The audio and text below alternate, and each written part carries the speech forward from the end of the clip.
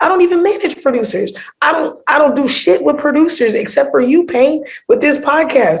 I'm not thinking the fact that, yeah, so. Peace, what's going down? It's the MEC podcast. My name is DJ Payne One. Yes, I'm sick. His name is Dame Ritter. He's not sick. Erinn is not sick either. And so when I need to go through a coughing fit, I will be muting myself and my co-host will take over. Shout out to them for that. How's everyone feeling today? I'm not going to talk about how I'm feeling. I look the way I feel.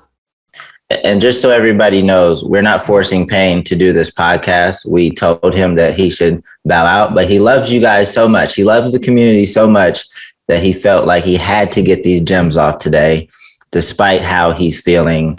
So we don't know the pressure that they put on me. This right here is Payne's flu game. This is his Michael Jordan flu game. He is putting it all on the line for the podcast and the community, and we appreciate it, Payne. Nobody's ever tell Payne that he doesn't have any heart for this podcast game. So we appreciate you being here. Erinn, what's up with you? I'm great. Coming off of the festival, so my voice is still a little bit gone, but I feel exponentially better this year than I did last year after the fest. Last year I hated my life. This year I'm just encouraged and excited to keep pushing. It looked dope. It made, I think the way you presented it to the outside, it made people want to be there next time, right? That's always the goal, right? You want to make sure people have a great time first and foremost so that they want to come back, but you also want to capture it and share it with the world so that people want to be at the next one and you make them want to feel bad that they didn't get to this one. And I think, at least from the outside looking in, you did your job, with the exception of somebody that tagged you on Twitter. Somebody tagged you on Twitter, said you didn't do enough. What did they have to say?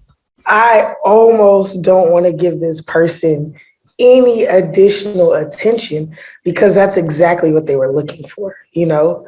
Well, we're not going to say their name. No, not at all. And I feel like people like this don't watch things like this or listen to things like this because if they do, they wouldn't have said anything negative about me because you understand it's a process. But we had a producer tag the festival and the headlining artists and say, these are just some of my reflections. Let's start a healthy conversation, right? So he took these screenshots from Instagram where he essentially was ranting about how people are too Hollywood, people don't really show love, nobody is trying to help producers out, nobody is trying to highlight it. It's all independent hip hop, but not independent producers, and the producers are the backbone of the hip hop scene. So first and foremost, we're a fucking festival. That shit don't have nothing to do with us, right? Secondly, we had 5 activations across the weekend. We had a networking event, Indie Institute, which is like teaching classroom style learning. Then we had the basketball game. We had a VIP party, but that's only open to people who buy VIP tickets. And then we had the fest, right? So 5 activate. And in fact, we had brunch, so 6, but 5 open to the public. On 4 of those 6 activation, we featured independent, unknown, completely unknown producers, highlighted them, gave them advice, like let them be on panels, gave feedback, put them on stage, use their beats in the cypher, in the VIP. You know what I'm saying? Like, I don't manage any producers, but I do know that my artists need producers. My artists have close relationships with producers. So we were very producer forward. We had as many producers represented as we had women. And for me, I'm trying to get women even more pushed out. So for us to have an even dispensation of producers and women, then you know we were trying, right? So my headliners, of course, got tagged. So they responded like, yo, what are you talking about? Because his thing was producers don't get paid, da, da, da. And they're like, we pay all of our producers. We do splits with all of our producers. This seems like you're trying to tag us in something that is not a problem that we have. And he was like, well, this just needs to be talked about, da, da, da, da, da. So I separately tweeted, imagine everybody celebrating and you talking shit about it publicly. Like, why now? Do you know what I'm saying? This is a dude who came to the festival. Here's the crazy thing. I know this kid. Been known him. He's been a fan of one of my artists since he was 16, so he's young, right? Not only did I see him at the festival and stop to big up him, we also pulled him on stage during the final part of the set. Like, all these things that I feel like for years, in fact, last year, we didn't even talk about this online because I'm not trying to front this kid out. Last year, the kid couldn't even afford to come to the fest. We gave him a free ticket. You feel me? So it's like, I don't know what you're talking about, but this shit don't have nothing to do with me. So I acknowledge that you saying it's not a shot, but tagging us seems like a very particular shot. Also, it seems like you're just using this as a clout grab. This is a big moment right now. So you tag all the people involved and then you want the attention. And I just think it's selfishness. Like, for you to want to draw the moment to you in this moment and have fake critiques. They're not even legit. Every time I address one of his critiques, because I don't mind legit critiques. I don't care. Like, teach me. I want to learn, especially if somebody doesn't like me. I can learn better from their perspective. But don't talk shit and then try to big up me later so that you can guarantee your slot next year. Like, this bridge is burned and burned and burned, but I see it as a trend. Artists are so selfish that instead of finding the good in something, they try to highlight the bad so that they can have a tiny little soapbox and people pay. He pinned the tweet and I was like, you did this for attention. He's like, I don't need the attention. His tweet got 1/5 of the amount of, like, the likes on it were equal to 1/5 of the amount of followers he has on Twitter.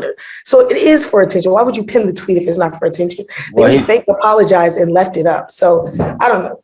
People are selfish. He was complaining about not getting the attention in the first place. Like, that's what it was about. Like, producers not getting enough support, love, and attention. But here's my thing. And you know, I don't typically like to talk about like one thing and like hone in on the negative or a negative comment. But I think there's a broader issue in which artists, producers, they don't understand what help is, right? They only would understand what help is if there was somebody that walked them into a label, got them $1 million deal with a 99-1 split in their favor that was unrecoupable. Like, to some people, like, that's the only help, right? You talked about the networking event. That was an opportunity for them to meet people, build with people. You talked about the event where they can come and learn things. That's an opportunity that you need to take advantage of. This podcast is something that people should be taking advantage of. None of us get paid a lot of money to do this at the moment. We're not getting paid any money to do this. Like, this is stuff that we do because we enjoy doing it and we know that the help is necessary. And a lot of people, I mean, there's a lot of people that value the things that we do and the efforts that we make. But like I said, artists, a lot of producers, like, they don't know what help is. They wouldn't know what help is unless you like just flat out put $1 million on their lap. Like, that's not help. That is basically just a handout. You're not looking for help. You're looking for a straight handout and you're looking for luck. Right. That's not what this is. So I think a lot of people miscategorize or think they're looking for help when they're really just looking for a handout. And I just think that's whack. I don't even think he was looking for help, though, because what it said was like, he kept saying it seems like everybody's in their own cliques. Like, his complaint was all over the place, first of all. And we were like, how about you just tag specifically? But I really think it was the clout. Because I'm like, my team paid attention to you and my team threw the event.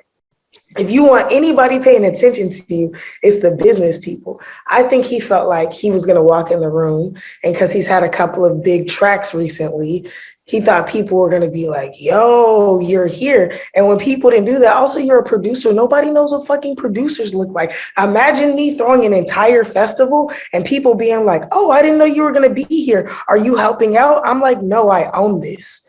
Do you know what I'm saying? But like, I don't have a chip on my shoulder because I'm doing the work. It's weird when people come into my opportunities and then tell me that I'm presenting it wrong. Like, and I'm with you, like, people don't know what help looks like. They want you to give them the golden ticket, but that's like giving a kid a car. The kid will die. You know what I'm saying? Like you got to learn how to drive. You got to get taller so you can see over the steering wheel. So I don't know. I just think it's really stupid to burn bridges because you want clout.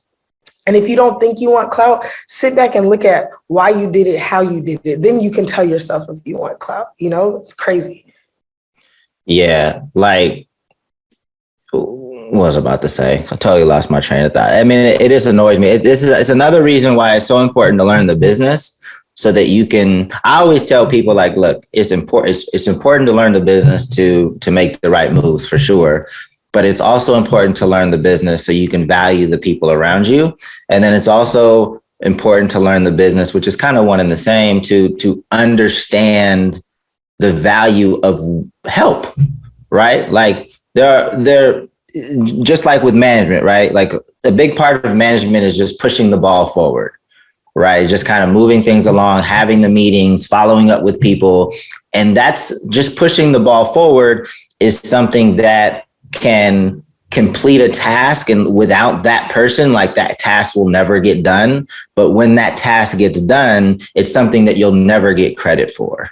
Right. So you have to know the business and understand like how important that role is to give it any kind of value, or you're going to be like, oh, I was going to do that shit anyway. Like they didn't do nothing. It's like, no, those elements were crucial because without Erinn pushing the ball forward or making those calls or connecting those dots or waking you up in the morning or reminding you to text this person or, all the little things like that shit is not happening. That festival's not happening. That album's not happening. That song's not happening. Like none of that shit is happening without somebody pushing the ball forward.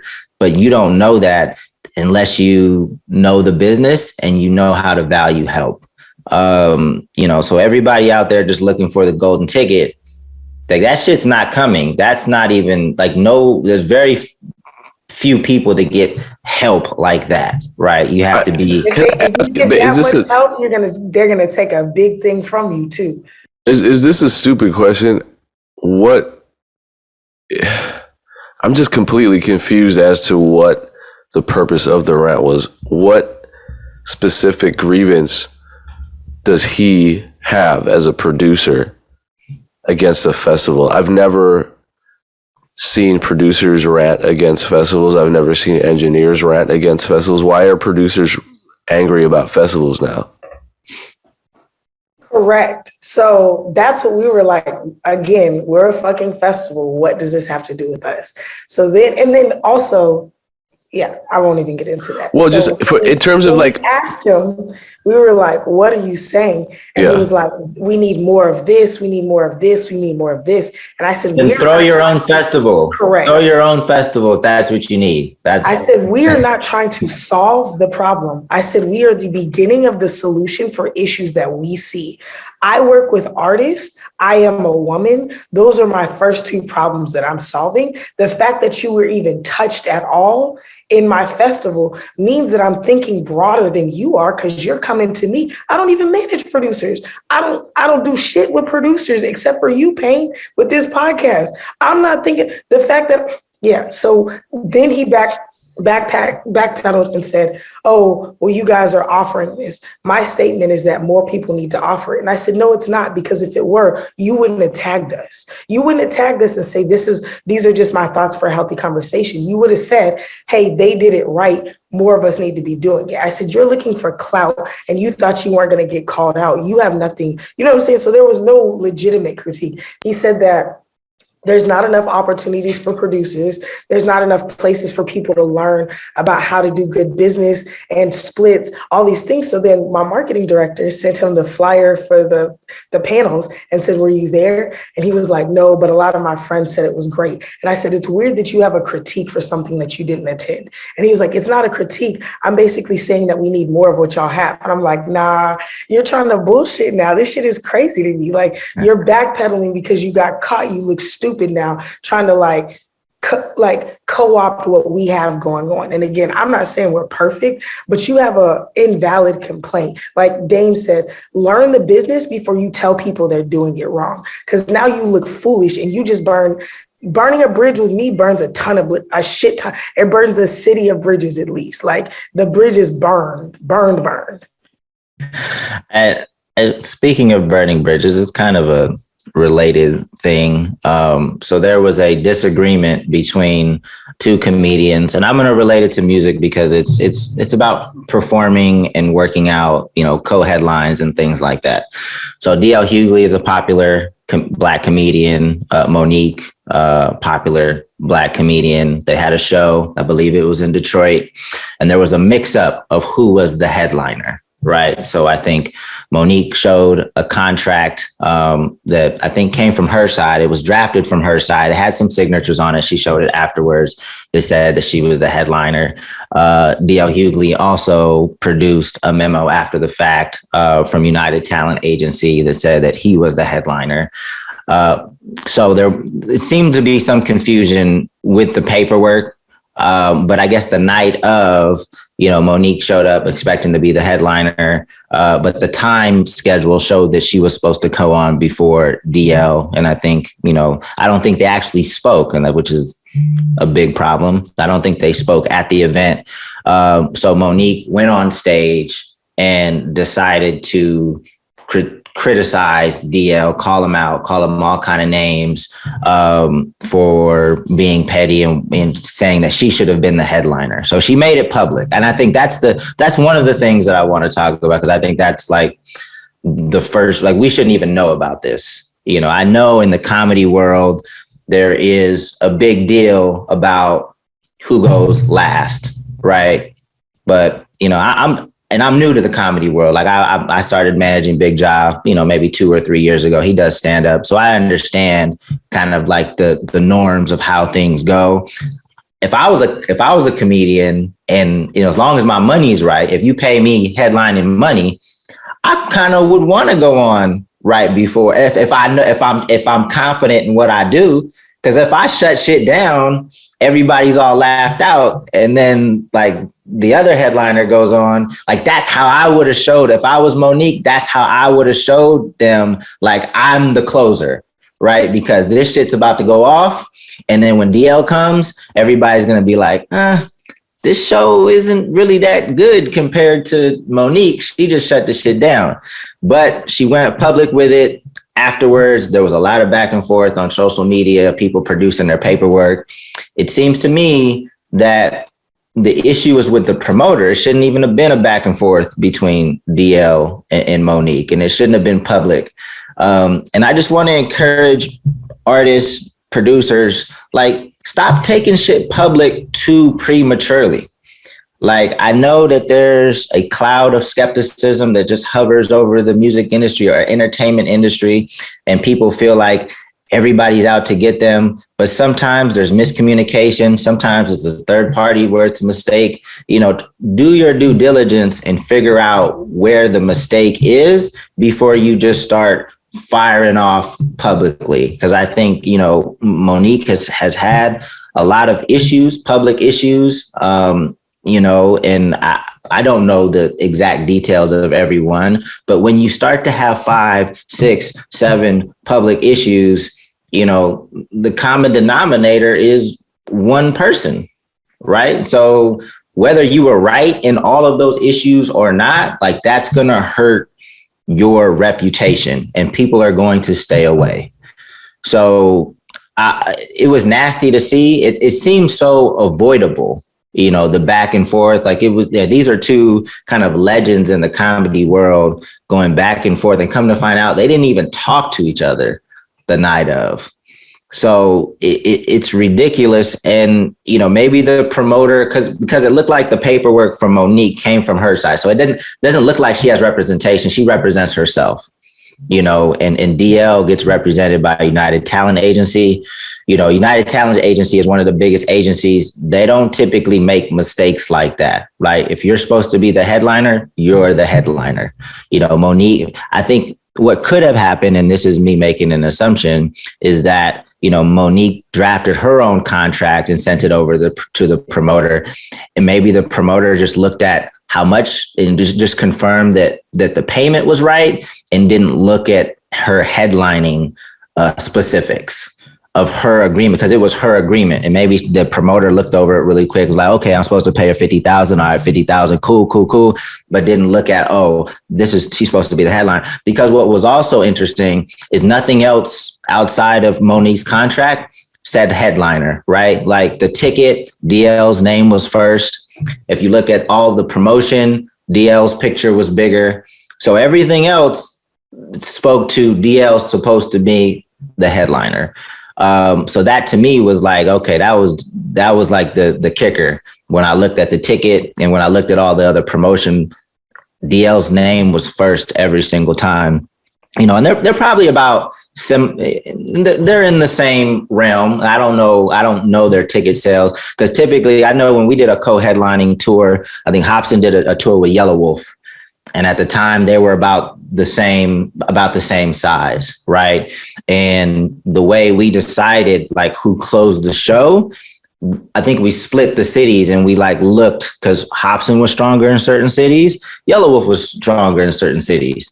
So it was just like, okay, all right, you close. It's a co-headlining tour, but in these cities, Hobson's going to close. In these cities, Yellow Wolf's going to close. And it was just a conversation between the two camps. We may had an agreement, and that's what it was. Communication solves all of these issues, but I really encourage, young creators, stop going to the fucking internet, because once you do that, it makes it that much harder to solve any disagreement. I know I've been talking for a long time, but like that's what happened to Funk Volume. Like Hobson went right to social media, and it doesn't make it harder for me to solve. Like I still would have went back to the table and like, look, Hop, I know you fly off the handle. Let's have a conversation. It made it harder for him, right? Because now that he told the world that Funk Volume's done and Damien is the one that like killed everything, like his ego can't go to the table. He told everybody already, like, it's done. Now it looks weird for him to come back to the table. I would have still I'm down to have a conversation whenever, but stop running to the internet. That shit is ridiculous, and it destroys any chance of potentially repairing, or makes it that much harder to potentially repair. Well, it's like the example Erinn gave. I mean, there was no reason for this producer to go at an entire festival. And I think people, I don't know why in 2022, people are still taking the internet for granted, but they're taking the internet for granted, and they're thinking the internet is a safe space for them to rant without consequence.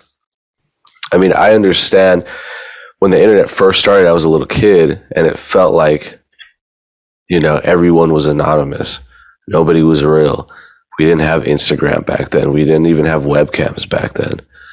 So nothing felt human. Nowadays, come on. Everybody's on the internet.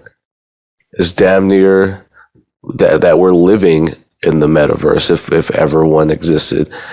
And what you do on the internet has actual consequences, especially when your name is attached to something. And I see people ranting on the internet and thinking, well, all I need to do is kick up dust and make a big old fuss on the internet.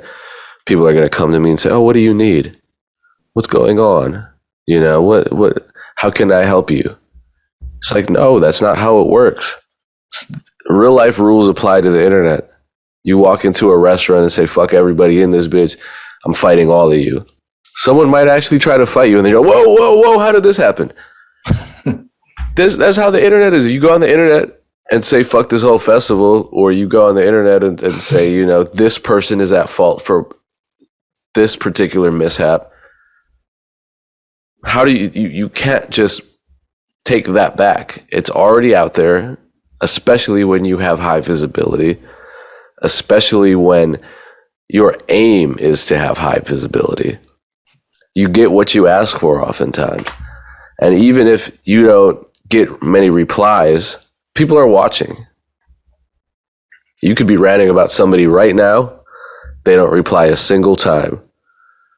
But a lot is happening behind closed doors when people are watching you and saying, okay, this person is a loose cannon. This person is negative. This person isn't the kind of person that we want to ever build anything with, because look at how they're acting. Look at how they're carrying themselves. And suddenly you've just created a self-fulfilling prophecy. You go online and say, oh, I can't get anywhere because of this person, and this person's a horrible person, and I blame this person and that person. All the people you're blaming aren't going to suddenly clutch at their pearls and say, okay, we have to help this person. They're going to say, who is this person and why is he insulting us?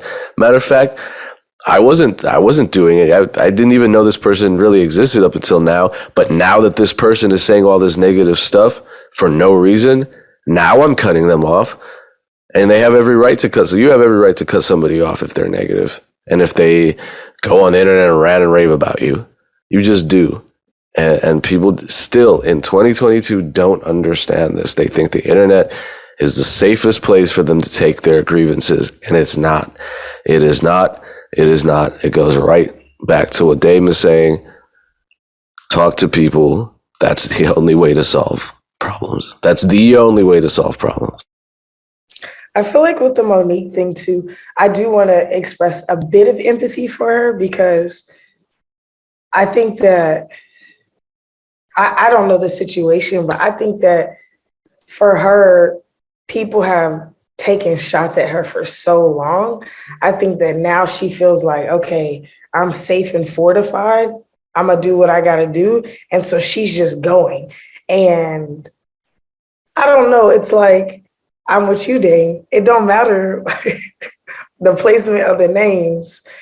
You know, like I was talking to my homie. My homie's a DJ. He got me booked for a speaking gig, but he was also a speaker.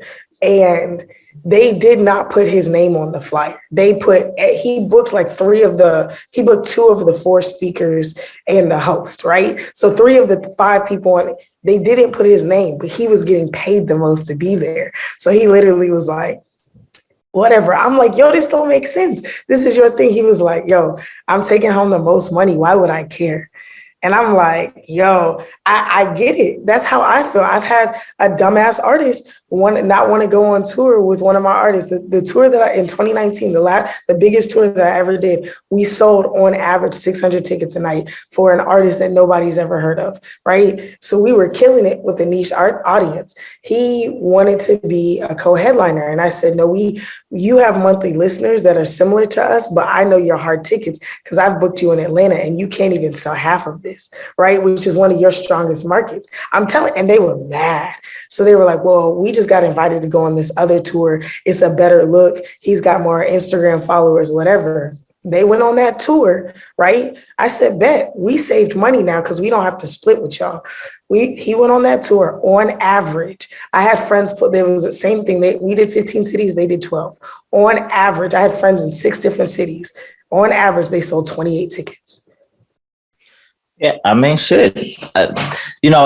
For me, I understand from an artist perspective, like why the presentation matters, right? Like why, I think Joyner flew off the handle earlier this year about a festival about his name not appearing as big as it should have been, or in a particular order.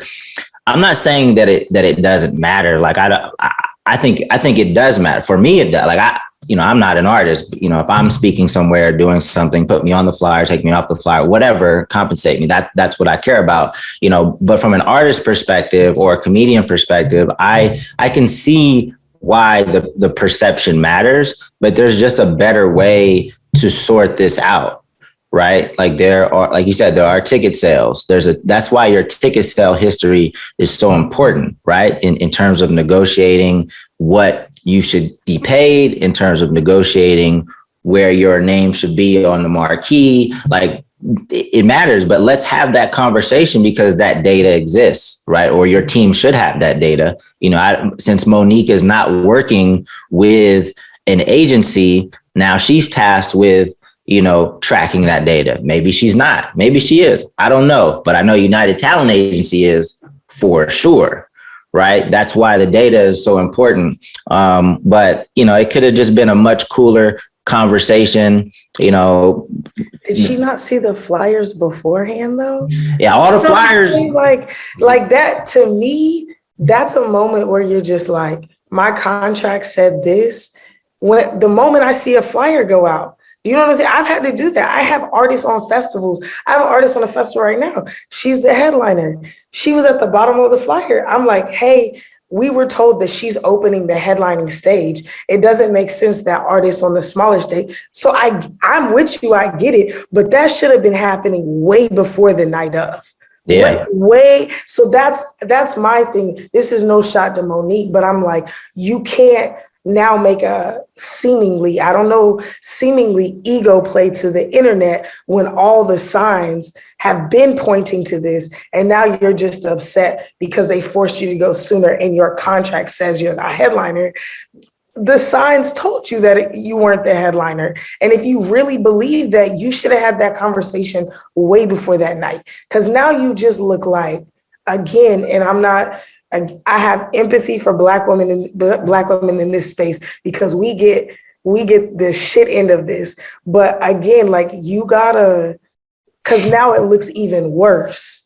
And then they're going to push you into that trope where you're the angry Black woman, you're uneducated, nobody wants to work with you. And it could be a legitimate slight because I see, like you said, she sent the contract, but I'm the same. I've had people, I follow up on our writers because people don't see that we have shoes in our writers. I have one of my artists who gets Crocs every show. So we send the writer, I always follow up. Hey, did you see this? I've had promoters get mad at me. Oh, this is dishonest. You want us to spend extra money? I'm like, beloved, it's $50. But if you don't want to give him that, you can just cash us out the $50 for a pair of Crocs. But this is in his writer. You signed the contract. You agreed to this, right? It's not a big thing, but that's something I send a follow. I have my assistant send a follow-up email about his Crocs. You know what I'm saying? So it's like, I get that people don't look at everything, but you can't not look at it and then later be upset that it wasn't honored. You know what I'm saying? What does he do with the Crocs every night? He just keeps them? Yeah. Does he sign them and throw them off into the crowd? No, it's just because, like when you start getting into those bigger guarantees and like those radio shows and stuff, people give you tennis shoes, they'll give you Ray-Bans, whatever. So he just started saying, everybody that books me got to give me a pair of Crocs. So he's got a fierce Croc collection right now. We feel like in a year, we're going to switch to a different shoe or whatever, but that's what he's doing right now. The Crocs are looking amazing. Damn, you got hella Crocs at that. You need to hit up Crocs and get a sponsorship. Yeah, so it's wild. I mean, I get it, especially, and that's why I like having your voice here, Erinn, especially from a Black woman's perspective. And I don't mean to but the stories that have come out about her in the recent years, I've always been on the other side. Like once I've gotten all the information that I could get, even with the Netflix situation, because Netflix is a very data-driven company, right? They're just looking at data, right? And that's how they're determining, what they're going to offer people. Unless it's somebody like Dave that can just shift the culture. Right. I'm sure it wasn't all data with him. It's more like, OK, if we get Dave, we can probably influence other people. But even then, there's a good amount of data that probably supports that decision. So that whole thing to me was ridiculous. Anyway, I know we're running short on time. We still got pain. I just want to say something, just a real quick. I think the issue with that is that with men, especially when you're working with an agency will shoot high, and a lot of times you can get it. With women, especially Black women, if an agency doesn't want to pick you up, you got to do it yourself. And then when you shoot high, they say, oh, the numbers don't support it. So I get it. Again, I'm not supporting I feel like she's been shit on her whole career. She finally had a little bit of data to support that, she shot big and then they came back with the numbers. But truth be told, she's been experiencing these microaggressions, especially when it comes to the rate that she's worth being paid, especially with her show history. So like, I'm not defending her, and I 100% see that the numbers are not in her favor. But again, even with men, the numbers may not be in y'all's favor, but there's extras that can be applied even without that. So I'm not defending her. I just see how it could be a bottleneck experience where she finally felt like she didn't care and she's just going after it. And I think it's more detrimental than beneficial, but I still understand where she's coming from. So just a random like tip in terms of negotiating. Like when you're negotiating, you have to deal with the metrics that matter for this negotiation, right? I don't care how many fish you caught fishing if we're talking about doing a movie or doing music, right? And not to say that she went that crazy with it, but I think that like she talked about like she won an Oscar, right? She won an Oscar for Precious. Like certain things are going to matter. Certain things aren't. Like that might not be something that Netflix, and let's just take Monique out. I don't care about, I don't want to talk specifically about her situation, but like some things are going to matter in negotiation and some things aren't, right? So when you're talking about touring, monthly listeners, hard ticket sale, let me put hard ticket sale, prior ticket history is going to be the first thing, that matters, right? And then you might look at monthly listeners as a second thing, and then you might start looking at social media metrics and things like that, right? So you can't say, hey, I was on the XXL cover. Like, okay, great, like that's awesome. So when you're dealing with specific issues, make sure you're bringing the metrics to the table that matter for that specific deal. Whether it's a sponsorship, whether it's a tour, whatever it is. Payne, do you have enough? Are you feeling okay to bring your topic? No. So let's do it. I was tagged in a tweet that reads, "What's your experience with picking emails on social media and sending beats?"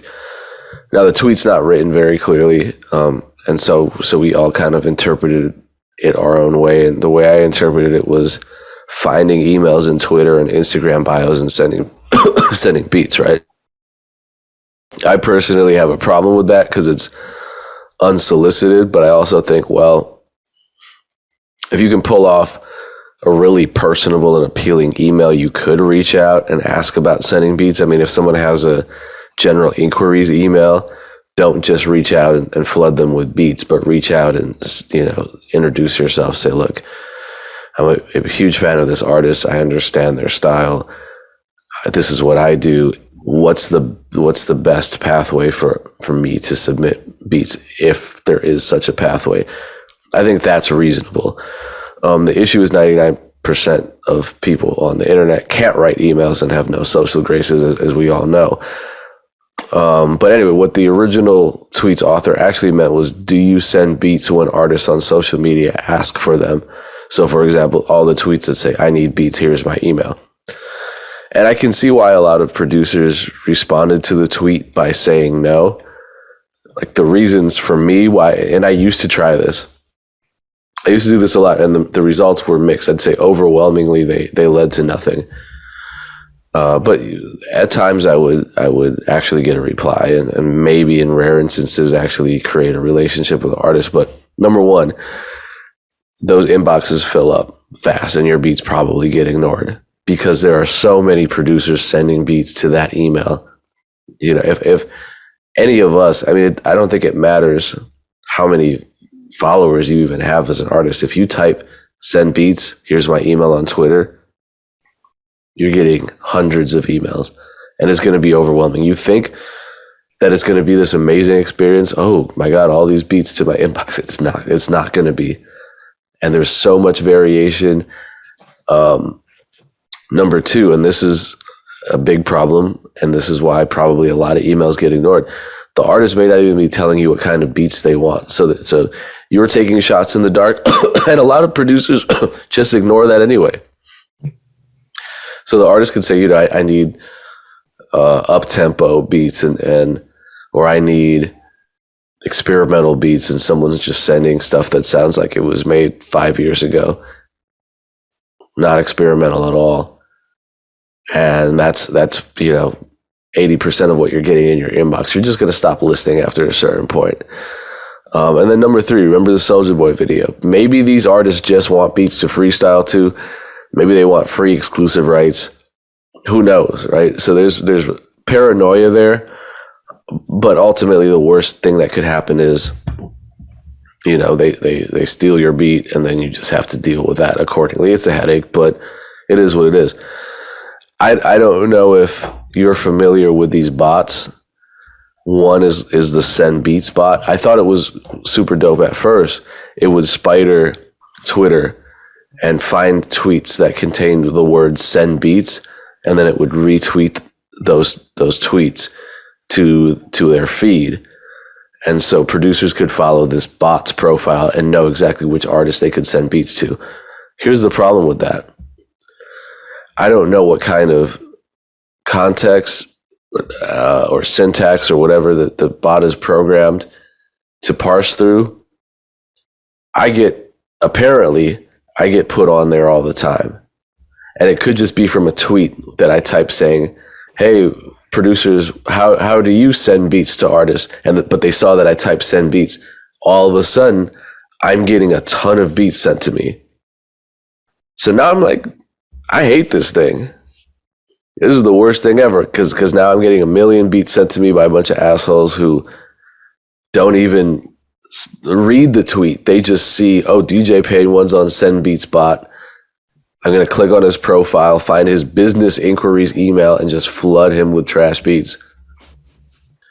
So I'd say the way I feel about this whole topic is if you're a producer and you're doing things the right way, you'll be fine. Most people aren't. And I feel like every time a new topic in the producer community comes up, it's just another opportunity for the people who may not be doing things the right way to just check themselves and tighten up, put things into perspective. Unfortunately, that doesn't happen for the majority of people, just in general. But I'm specifically talking about producers. So, yeah, I think there's a gateway to a relationship with a recording artist damn near anywhere, as long as you conduct yourself properly. I'm not saying send the most professional email. I'm not saying, format it a certain way. I'm just saying be authentic, be honest, be upfront. Don't have, underlying ulterior motives. People see through them. Just be the best person you can be navigating this business, and positive things will happen. So, and also have good music, obviously. Is there a better way to receive beats these days? Like if an artist says, "Hey, I'm looking for beats," is the most efficient way just sending emails? Is there like a public playlist option somewhere where people can just have access to? I guess that would be a mess, right? Like, because then some producer would probably put like 1 trillion beats on the playlist. Well, there are so many different options. You can create a BeatStars playlist and send it to an artist. You could have a Dropbox folder. You could have a Google Drive. And I don't love Google Drive because most people don't know how to unrestrict access to files. So if someone's sending me loops or something, then I have to request access and go through this whole process. It's a pain. But I'd say just ask people, what they prefer when you're sending beats out. If someone gives an email and says send beats, that's another issue. Do they mean send attachments? Do they mean send links? And then at that point, when you're asking for clarity, it's like that inbox is already flooded. Your email's not getting seen. That's why it's a pain in the ass. That's why the whole send beats thing is so unpopular, I think, in 2022. I feel like if you tag your beats, put it on a short playlist, like a private SoundCloud playlist.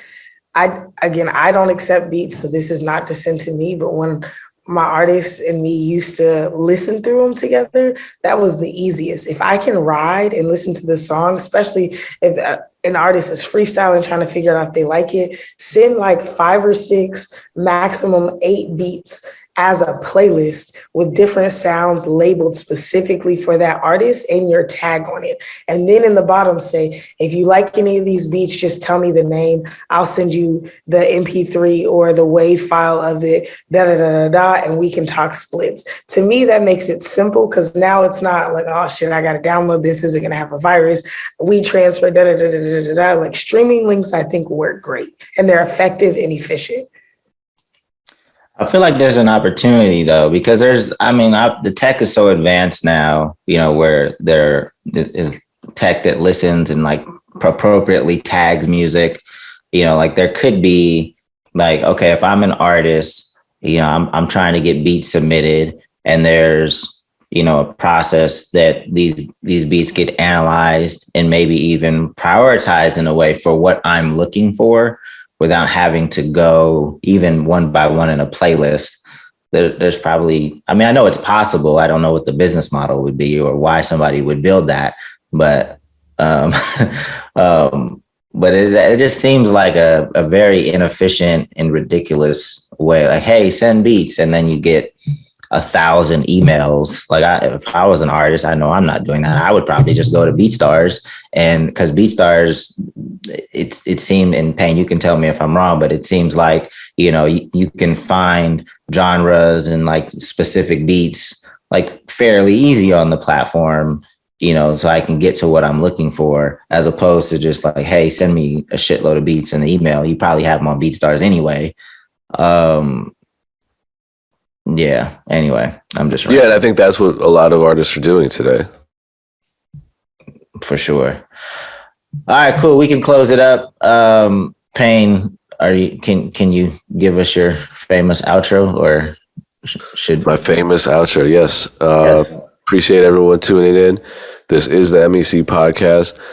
I am live Tuesdays at 2 p.m. This is the new schedule for the Looped In show, 2 p.m. Eastern Standard Time. It's a 2-hour show, and there will be more information on how to submit your loops and get involved in that, because it's an interactive show where we're making beats with the community members' loops, which is pretty dope.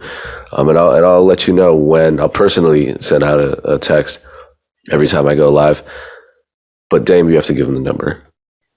Yeah, so text MEC to 844-206-7800. We'll give you all the info on everything that's happening with the MEC, any changes coming up. But BeatStars does have a lot of new shows on Twitch. We have Payne's Looped In show, and there's a couple shows where you can win money. There's a $10,000 prize on the line for both producers and artists. So we're giving opportunities to artists and producers. It's called Battle of the Beats is the producer show. So I think that starts today, Wednesday, and will be every Wednesday going forward live on Twitch. I think today the competition is around Kendrick Lamar type beats. And then we have Cyber Cypher, which is a rap battle, an ongoing rap battle, and the winner will get 10,000 as well. So it's balanced, 10,000 to the producer, 10,000 to the artist. And like I said, Payne's show Looped In on Tuesdays, Buy My Beats Friday on Fridays, obviously. So a lot of dope shows that we just launched today. June 1st is when we record this podcast. But so I guess on Monday, when you hear this podcast, I think it's going to be Made on Beat. There's a show called Made on BeatStars where they're going to be talking about songs that originated on BeatStars, or where the beat was found on BeatStars. So there's a lot of big songs that started on BeatStars. So anyway, tap in. And I just want to say, if you need more information on business, if you're an artist or a business type, join the Excellence Academy, the excellenceacademy.biz. It's going great. For all of you who don't know how to shoot your shot or complain properly on the internet, this is for you. There you go. There's so much help, opportunity that we're trying to give y'all for free. Tap in. All right, y'all. Peace. Peace.